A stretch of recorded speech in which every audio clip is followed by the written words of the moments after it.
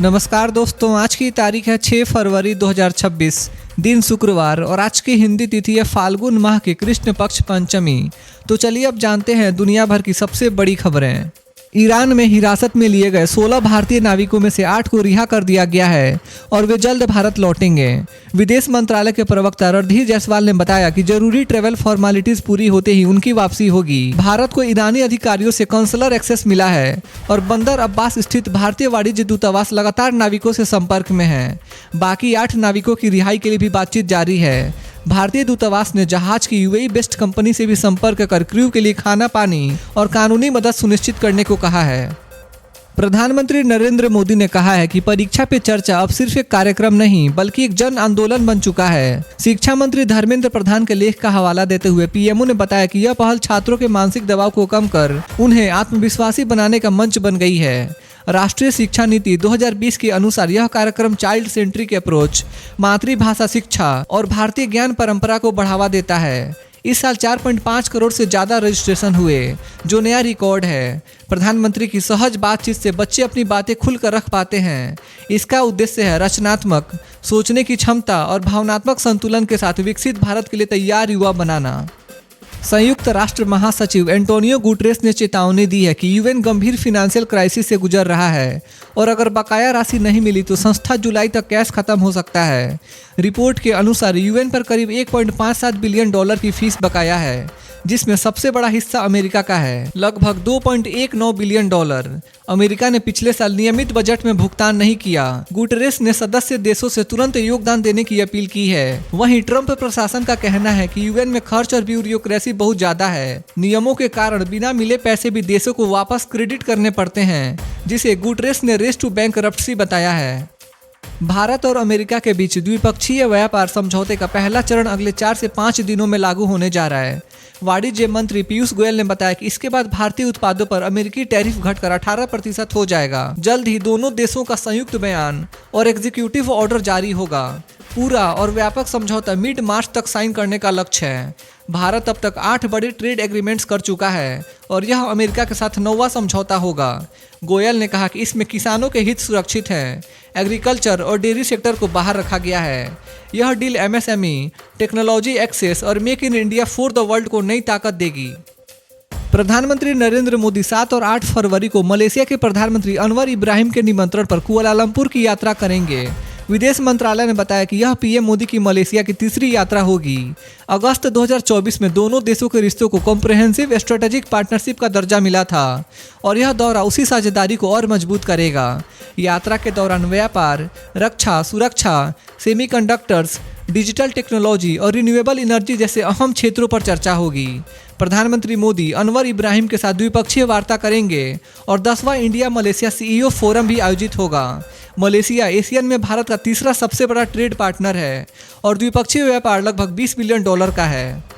केंद्र सरकार, नागालैंड सरकार और ईस्टर्न नागालैंड पीपल्स ऑर्गेनाइजेशन यानी ईएनपीओ के बीच कल नई दिल्ली में एक ऐतिहासिक समझौता हुआ। इस समझौते के तहत फ्रंटियर नागालैंड टेरिटोरियल अथॉरिटी एफएनटीए का गठन किया जाएगा। गृह मंत्री अमित शाह की मौजूदगी में समझौते पर हस्ताक्षर हुए। साथ ही मुख्यमंत्री नेफ्यू रियो भी मौजूद रहे। अमित शाह ने कहा कि यह नागालैंड के लोगों के लिए ऐतिहासिक दिन है और प्रधानमंत्री मोदी के वॉयलेंस फ्री और डेवलप्ड नॉर्थ ईस्ट के विजन की दिशा में बड़ा कदम है। उन्होंने भरोसा दिलाया कि पूर्वी नागालैंड में विकास के लिए केंद्र सरकार पूरा सहयोग देगा। मुख्यमंत्री ने कहा कि यह समझौता इंक्लूसिव गवर्नेंस और क्षेत्रीय संतुलन की मजबूत मिसाल है। दुनिया की प्रमुख प्लास्टिक प्रदर्शनी प्लास्ट इंडिया 2026 कल नई दिल्ली में शुरू हो गई है। यह 6 दिन का mega event manufacturing led growth और बड़े पैमाने पर रोजगार को बढ़ावा देने पर केंद्रित है। इस बार की थीम भारत नेक्स्ट है, जो विकसित भारत और आत्मनिर्भर भारत के विजन से जुड़ी है। प्रदर्शनी में युवा इनोवेटर्स और स्टार्टअप्स को सस्टेनेबल प्लास्टिक सॉल्यूशंस दिखाने का मंच मिला है।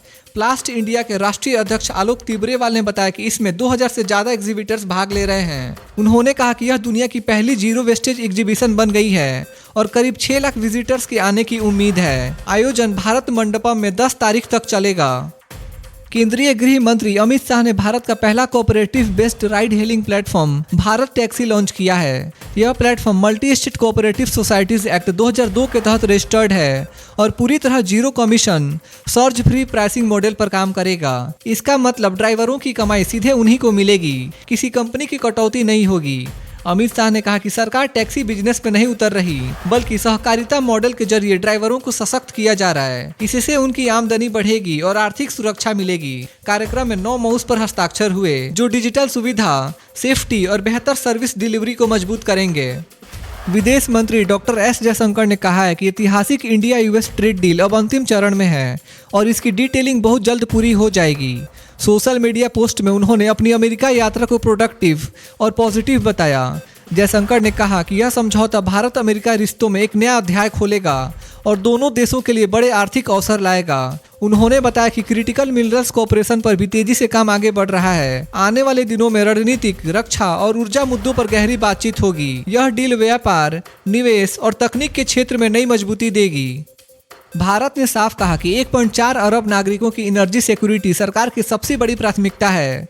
विदेश मंत्रालय के प्रवक्ता रणधीर जायसवाल ने दिल्ली में बताया कि बदलती अंतर्राष्ट्रीय परिस्थितियों और मार्केट कंडीशंस के अनुसार ऊर्जा स्रोतों का डाइवर्सिफिकेशन सरकार की रणनीति का मुख्य आधार है। उन्होंने कहा कि भारत के सभी फैसले इसी लक्ष्य को ध्यान में रखकर लिए जा रहे हैं। वेनेजुएला के तेल पर सवाल के जवाब में प्रवक्ता ने बताया कि वेनेजुएला भारत का पुराना ऊर्जा साझेदार रहा है, लेकिन सैंक्शंस के कारण आयात कई बार रुका। भारत भविष्य में कमर्शियल आधार पर वेनेजुएला सहित नए क्रूड ऑप्शंस तलाशने के लिए तैयार है।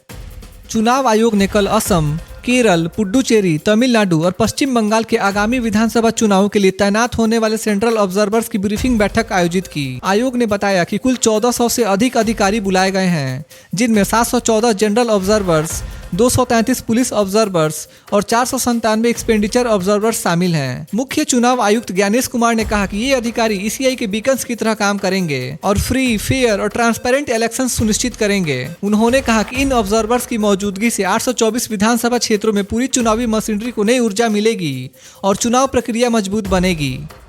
यूपीएससी ने सिविल सेवा परीक्षा 2026 के लिए एलिजिबिलिटी और अटेम्प्ट से जुड़े नियमों को और साफ कर दिया है। नई अधिसूचना के मुताबिक जो अधिकारी पहले से आईएएस या आईएफएस में सेवा दे रहे हैं, वे दोबारा सीएसई 2026 में शामिल नहीं हो सकेंगे।